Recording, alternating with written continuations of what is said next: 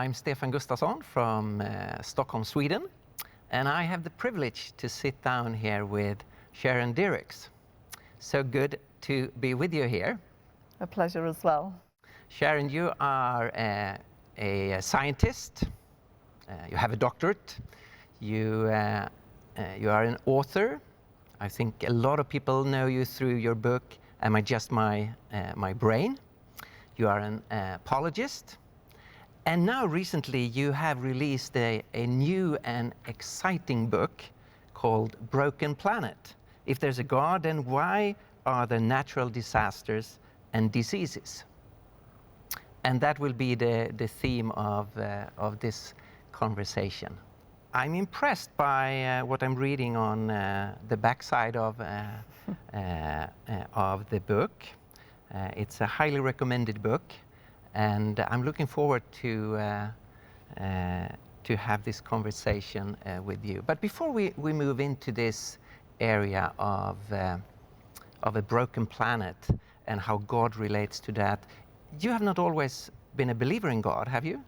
I haven't, no.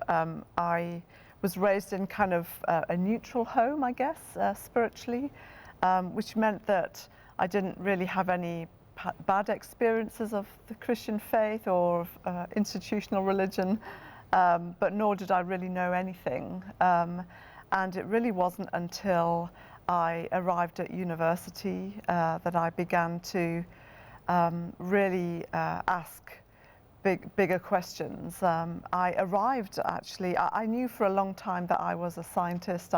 I loved the sciences, and I ended up studying biochemistry at university, and I arrived there assuming that science and belief in God were incompatible. And as an A-level student in my late teens, my biology teacher had handed me a book by Richard Dawkins explaining how we are essentially gene machines, and that was really our core identity and behind our purpose in life. And so I arrived at university having absorbed the view that we were in a material universe, and that there wasn't a God, and that science and God were certainly not compatible. What's interesting for me though is that I wasn't very aggressive in my views. I probably describe myself more as agnostic. Okay. And I absorbed this view kind of subconsciously from the media, from my friends, from books that I was given, from magazines and so on.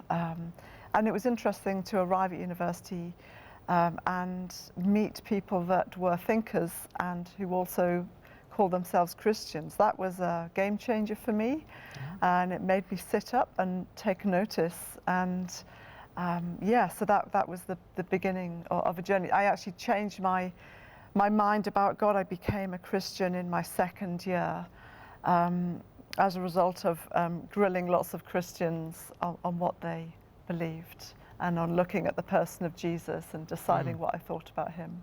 Oh, that's wonderful. Wonderful to hear.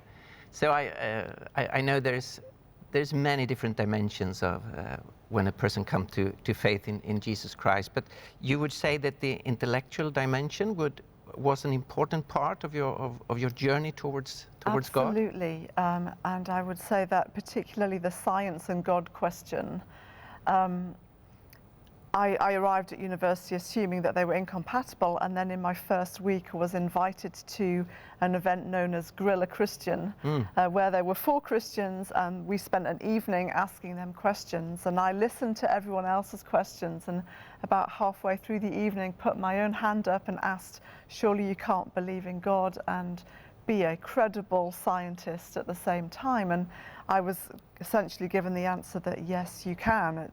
Asking someone to choose between science and God is like asking someone to choose between the processes and programs underlying Amazon and Jeff Bezos, its founder. And of course, we don't need to choose between those two things. They are two kind of parallel ways of looking at the same reality that together give a more complete understanding of that reality. And for me, so that having even just that one question answered cleared a sort of set of roadblocks for me and opened up a whole new horizon, where I then began to grill a lot more Christians and ask more questions over the next 18 months, and eventually reached the conclusion that although I didn't have all of my questions answered by that point, I became convinced that Jesus was real and credible and loved me and wanted to walk through life with me, and I with him, and so I became a Christian. So if one looks out to this world, it's obviously a beautiful world, and you see order, and it's not difficult to point towards different aspects of reality around us and say, wow, that looks as if it's designed. And of course, for many, that's a good reason to believe in a creator God. But there is also this other aspect that is so painful of disasters, of this world kind of raising up against us as human beings and causing so much pain and destroying so much, which seems to point in the other direction of a chaotic world. And that brings us into the subject of your book, Broken Planet. If there is this designer God, then why do we have this other side? And I'm really glad you have written this book, because I think we are many who are struggling with this question. And I see here on the forefront, on the cover of the book, that the apologist Sean McDowell says, "My new go-to book on the natural problem of evil." And Justin Brierley from Unbelievable says, "Thoroughly recommended." So this is obviously an important and enriching book on this subject. I've noticed the book, if we just start the format of the book before we go into the more specific content, it's not then a usual apologetic book, because in apologetics we give answers and structured in a sequence, and you do that too. But there is another interesting aspect of stories in the book. Can you tell me more about that? Yes, absolutely. And it kind of mirrors an earlier book on suffering, my first book called Why, which again looked at these two parallel ways of looking at the problem of suffering, the intellectual answers and the existential struggle, and weaving responses with stories. So I did the same again with Broken Planet, where I took stories from people who have encountered firsthand earthquakes, tsunami, wildfires, locust infestations, hurricanes, and so on. And I did that because on the question of suffering, it isn't enough to simply give an intellectual response. And any intellectual response that we give must be able to work in the gritty reality of life. And really this I see as, kind of being the toughest kernel of the question of suffering. And so I wanted to really keep away from giving glib or kind of overly simplistic answers to a very complex question. And as I interviewed the people that have featured in this book, it was a humbling experience to know if they can get through that and still hold to belief in a loving God, then whatever life throws at me, hopefully that can inspire me as well. I was truly humbled by their approach. And I think that's one of the aspects that makes the book powerful. That it's not only the abstract reasoning, but it's combined with the personal and existential. And the whole issue comes down to the personal and existential when we or other individuals are hurt by this issue. Absolutely. If we move on to more to the content of the book, maybe an obvious question, but why address this issue? Yes. Well, I see it as the kind of,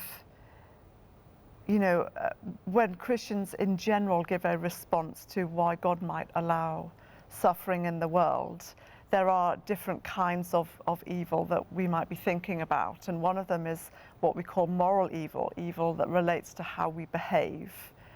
And in response to that, we might give what's known as a free will defense, that we're saying that God in his love has given human beings freedom to choose how they live and ultimately to choose whether or not they follow him. But in giving that choice, that freedom of choice, that we can use that for good or harm, and we can bring about suffering in the lives of other people and indeed in our own lives. And that goes so far to help us make some sense of our broken planet, but it doesn't help us make sense of things like earthquakes, tsunamis, pandemics, the natural disaster that we've all been caught up in recently.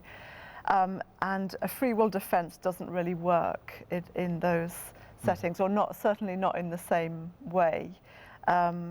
And these seem to be due to things that are bound up in the forces of nature and supposedly a world that God has made. And so how do we make sense of why God has made a world in which there are cataclysms in the physical world that cause people to suffer and die in quite dramatic ways? I think it's very helpful to have those kinds of distinctions, that we separate issues that are, even if they are linked, because both sides causes pain. They are linked, yes. But on the other hand, they are also distinct, and it's very helpful that you're making those distinctions. Before we move on then to how a Christian and a believer in God deal with the questions, what would you say if God does not exist? If we take what in many countries now is a kind of majority position, of a secular position, there is no God, what then can we say about natural disaster, natural or natural evil, if we use that word? Well, yes, if God doesn't exist, then in a sense, the world that we find ourselves in it's just the way that it is. This is just the way the world is. And if matter is all that there is, then we need to look to scientific explanations to help make sense of why there are natural disasters and diseases. And so we could look to, on one level, very helpful scientific explanations that explain about plate tectonics and how those tectonics are needed to recycle nutrients and have a life-sustaining role on sustaining life on Earth. We could also look at things like chance and probability, that, if we look at viruses, that there are trillions and trillions of viruses floating around in the biosphere. By chance alone, every so often a harmful one is going to arise. And in terms of genetic mutations, if you think about the number of genes that are in one human body, let alone the 8 billion people that walk the earth, then again, by chance alone, probabilistically, it's surely going to go wrong sometimes. And so there are all kinds of explanations from the sciences that help us gain insight into some of the mechanisms. And actually nothing that I say in the book is wanting to undermine those. Those are helpful, but on their own, are they enough? And they might help us understand some of the mechanistic things that happen, but they don't help us make sense of the rawness that we feel in the face of a natural disaster or a pandemic. Our response to them is not to say, well, this is just the way the world is. It's not a kind of benign resignation that we feel. We actually rail against them. We get angry, we object, especially when people are hurt in them. And so how do we make sense of that? And when we object, it's as though we're saying there's something wrong with the world. So where does that sense of wrongness come from? It's really tough to be left in a world with just raw facts, like the facts of disaster, or just the facts of natural disaster. And a lot of non-Christians and non-theists they still, as you said, react, and one can talk about non-theistic moral realism, that people still keep a kind of moral evaluation of what's happening. It's not just facts, but they add something. Can you comment on that? Absolutely, yes. And so when we are kind of objecting to things, and we see this coming out in all kinds of other ways today as well, when people get kind of angry about the way the environment is treated, or about how people live their lives, and when we object, we're saying there's something wrong with the world, and there's an assumption that things ought to be different or better than they are, which is to imply that there are kind of values of right and wrong that sit beyond simply personal preference and opinion, when we want others to come along with us in our objection, which implies that it's relevant to more than just one person. And so maybe 30 years ago, we lived in a world where the notion that morality is relative and subjective was more prevalent. But I think today we live in a time when objective moral values are seen as valid and real. But the question is, what is the best way of making sense of those objective moral values? And the non-theistic moral realists are a group of philosophers that make sense of it by saying that these values, these facts simply exist. They are self-evident in the world. And therefore we can adhere to them as a way of making sense of why these values exist, but there is no God.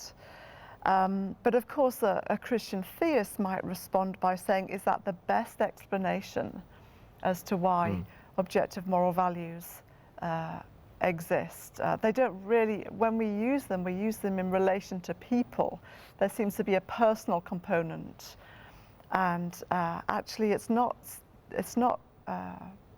necessarily true that they're self-evident. What's the best explanation for why they're here, and what kind of universe best explains it? Is it that we have somehow arisen as moral beings from within a non-moral universe of time plus matter plus chance?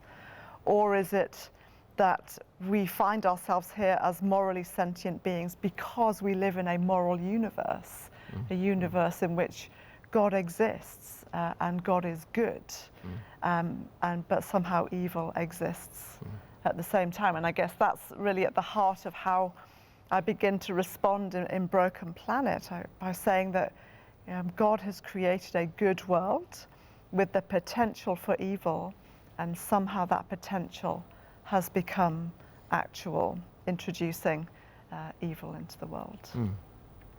So there's an interesting dilemma for the non-theist, for the secular or atheistic people, that logically you could say they should go in the direction of nihilism and just accept there are just brute facts, nothing else. Yeah.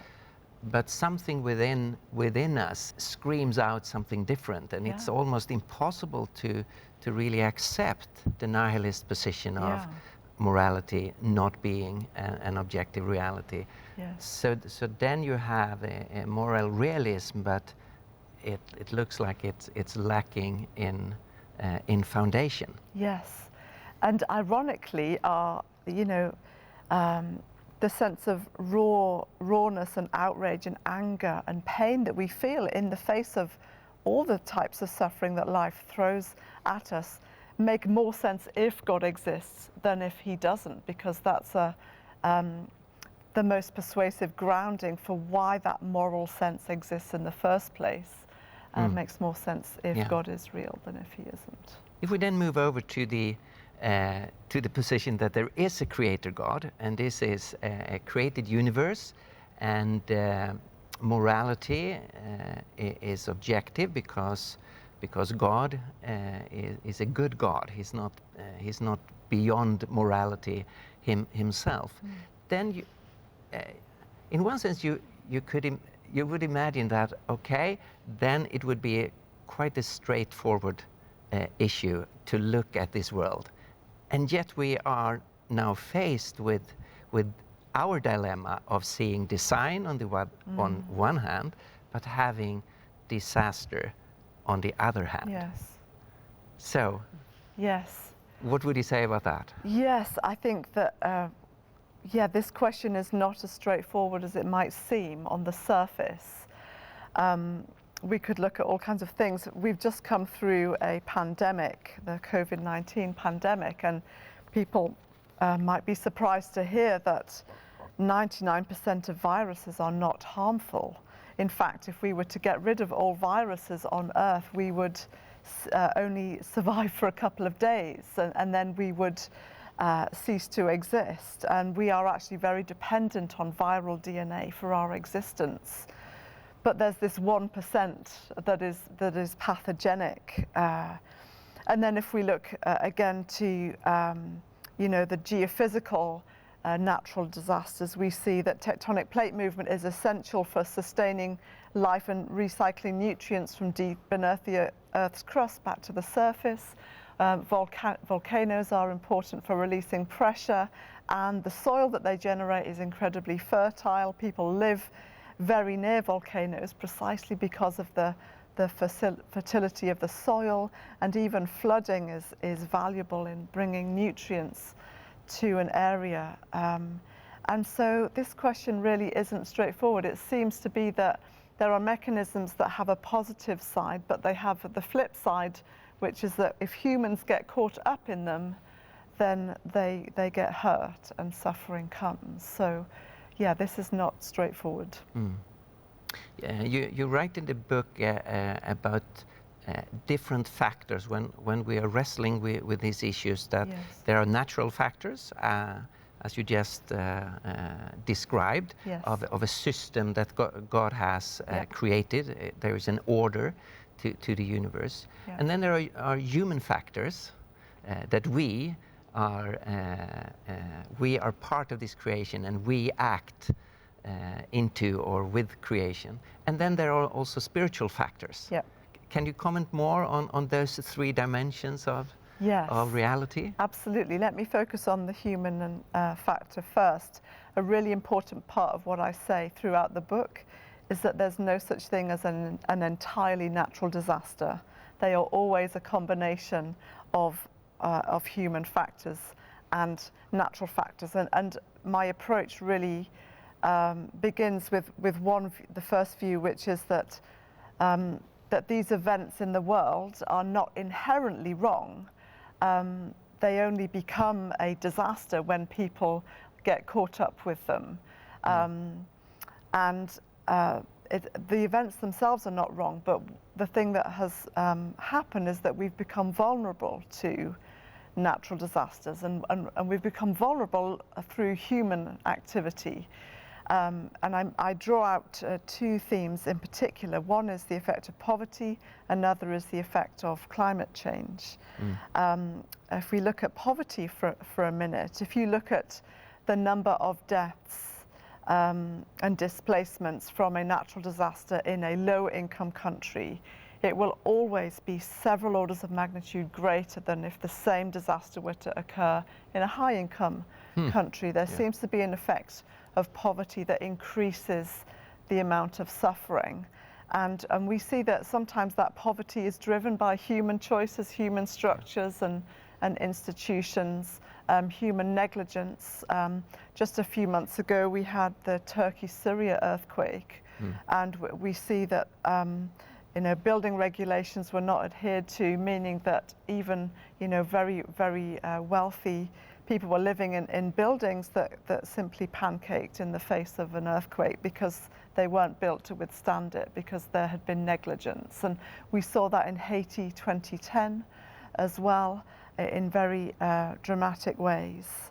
And so there seems to be an effect of kind of corruption, injustice, human failure that certainly increases the number of deaths and the number of people that suffer, that could have been avoided, that was entirely avoidable. I have a story from Haiti 2010 in Broken Planet of a family who underwent incredible suffering. 3 children from the same family all died because their building collapsed, and they were just one of many hundreds of thousands.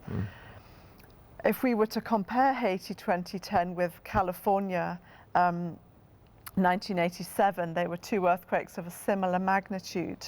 We see that in California, 57 people died. In Haiti 2010, hundreds of thousands of people died. Yeah. And so you begin to see the impact that poverty has in increasing the death toll in the face of a natural disaster. The other aspect is climate change. Now, of course, I know that the conversation around climate change is continuing, and there may even within the evangelical arena, there are people that hold different beliefs on the relative extent to which they believe climate change is at work. But what seems to be clear is that human activity has played a key role in increasing atmospheric levels of carbon dioxide, which is leading to a rise in temperatures on Earth, which is causing an increase in the frequency and severity of some kinds of natural disaster. One of those is hurricanes. They're increasing in severity and frequency, and they're slowing down, which means they offload more water onto regions. We also look at things like wildfires are burning hotter and longer and incinerating whole areas rather than generating life, which cooler fires used to do. And also locust infestations. And what you see is there's also a compound effect of different disasters, that as humidity increases in an area and deforestation is happening as well, then locusts are gaining strength and able to obliterate regions in ways that they didn't in the past. That's good illustrations of the complexity of the issue, and that you cannot only point to God, but there's also human sinfulness involved in what's happening also in the natural world. Absolutely. And its effects. Yes. You also mentioned the spiritual dimension. Yes. What possibilities are there for Christians in thinking about the spiritual world in relationship to natural disasters? Absolutely. So I think, and this is not mutually exclusive to the first view, I think these cannot be held together, and I think there are multiple ways of looking at the problem. The spiritual factors would say that it's not enough to simply say that this is just the way the world is. We actually see, if we look at the Bible, we see that there are spiritual reasons for the brokenness that we see in nature and in our biology as well. And we haven't talked so much about disease so far, but that's part of the conversation as well. That, well, firstly, if we take geophysics, you know, we see that the most spiritually significant events in human history, the death and resurrection of Jesus, they're both accompanied by earthquakes, and that's interesting. That's so interesting. What is happening there? Is that just a marker of the magnitude of what was happening, or was there something that was being worked out in the natural world as well as in terms of humanity and their relationship to God at the point of the death of Jesus and his resurrection? I think that's a fascinating area to think about. And of course, we see in Paul's writings in Romans that he describes nature as groaning and as being subjected to frustration, that there seems to be something that isn't right, that isn't as it should be in the natural realm. And there are, you know, different ways that theologians make sense of that, and the Christians hold different positions on this and how it relates to, for example, the age of the earth as well. One view would be considered the traditional kind of Augustinian view that actually the turning away of human beings from their maker, the fall, dragged the created world along with it. And we see there that Adam the ground is cursed, becomes cursed as a result of this decision to turn away from God. And also Eve is told that her pains in childbirth will increase. It doesn't say they will begin, which is interesting in and of itself, but there will be an impact on biology as a result of this spiritual brokenness between humanity and God. Somehow the natural world and our very biology has been dragged along into it. And that's definitely an important part of how we respond to this. But another a question that people that hold that view need to think about is, what do we do with, if we do take an old earth position, then that would tell us that earthquakes and tsunamis and volcanic eruptions have been happening for a long time, long before humans ever arrived on the scene. And so how do we make sense of that? And of course there are some that might hold to a pre-human fall, which in some senses is mainstream, in that the origins of Satan could be most likely attributed to being a fallen angel. And in Genesis 3 we see that the serpent is in the garden already. And so the author of Genesis doesn't say how long the serpent has been there, how much, what he's been up to while he's been in Eden. And so there are some that hold to the view that the angelic fall led to something going wrong, a brokenness in the natural world. So nature became broken before humans did. And you know, to some extent that's helpful if you take an old earth perspective.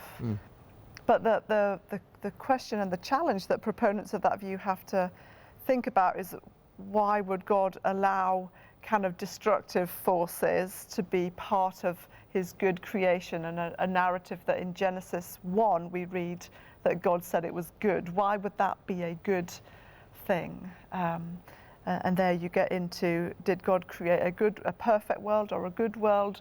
What does that mean? What does that look like? And there's a whole conversation to be had there.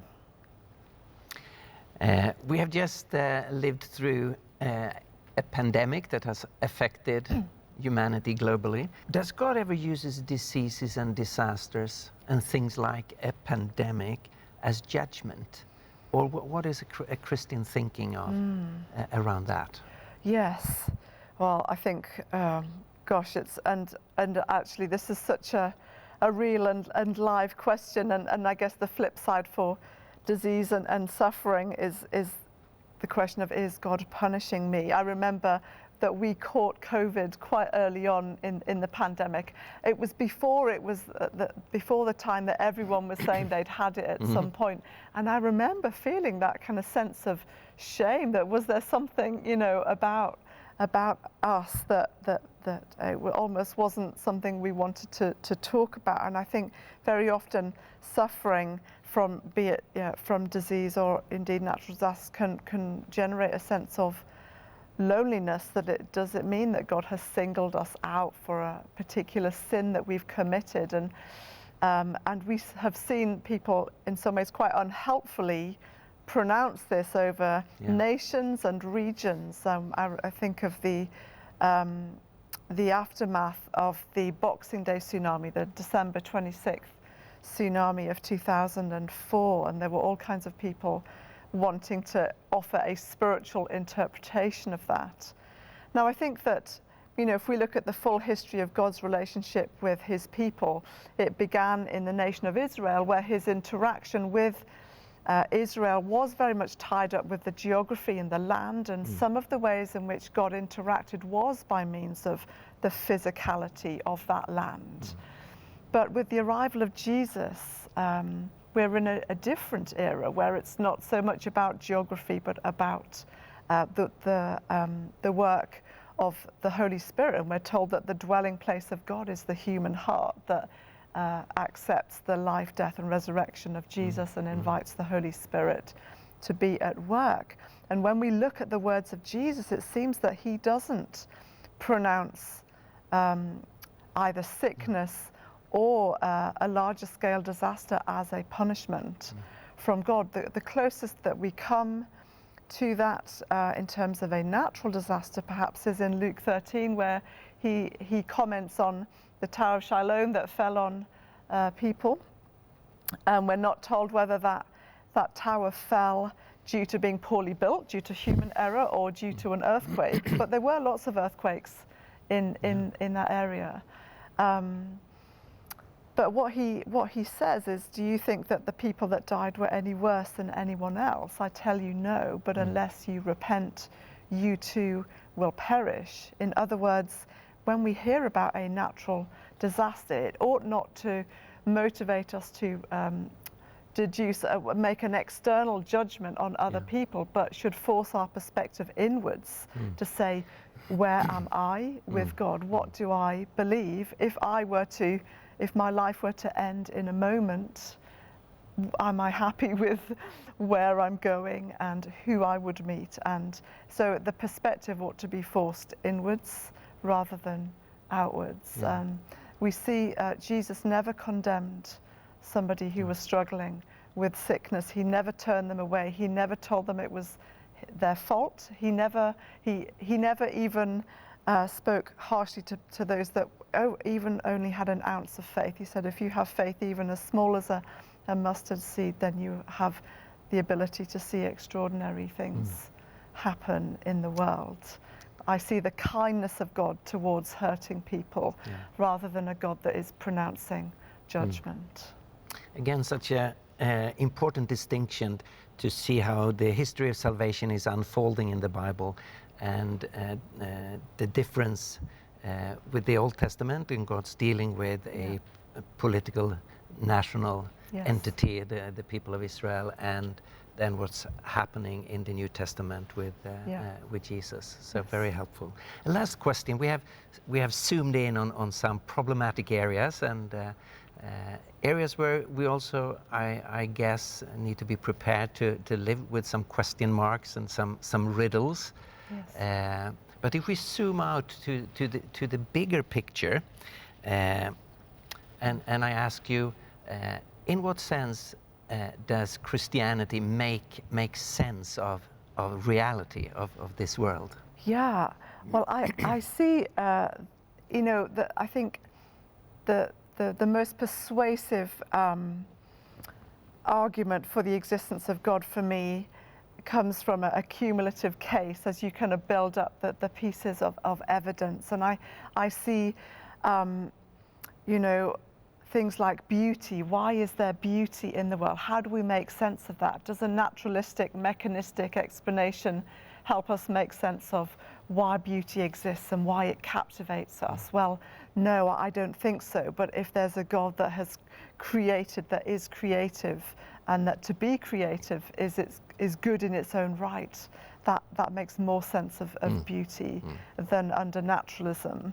Or we could look at rationality, and in my book, Am I Just My Brain, I talk about the human mind and what is the most persuasive basis for why we have a conscious mind. Is it that we live in a non-conscious universe of matter and that we've arisen as an anomaly, or is it because a conscious being known as God has always existed as Father, Son, and Holy Spirit, and has made us with minds because we're made in His image? And it's not the only aspect of being made in His image, but there are, and we've already looked at the moral argument. How do we make sense of evil and suffering and our pain and where that finds its place in the universe? And of course, the part of that we haven't talked about, which is really important, is the idea that God actually knows what it is to suffer. And I think the Christian faith is really unique in its approach to suffering, that it doesn't shy away from the question, precisely because there is a God who has entered into human history and has suffered like us and for us, so that whatever life throws at us, we don't have to suffer on our own. There's that very personal, human, incarnational element, that God didn't just send us instructions or even arguments for why He existed. He came to be with us. I don't see that anywhere else. And as a young person in my 20s, I became very persuaded that for this reason and many others, that the existence of God makes far more sense than His absence. That's beautiful. Thank you very much, Sharon. Thank you.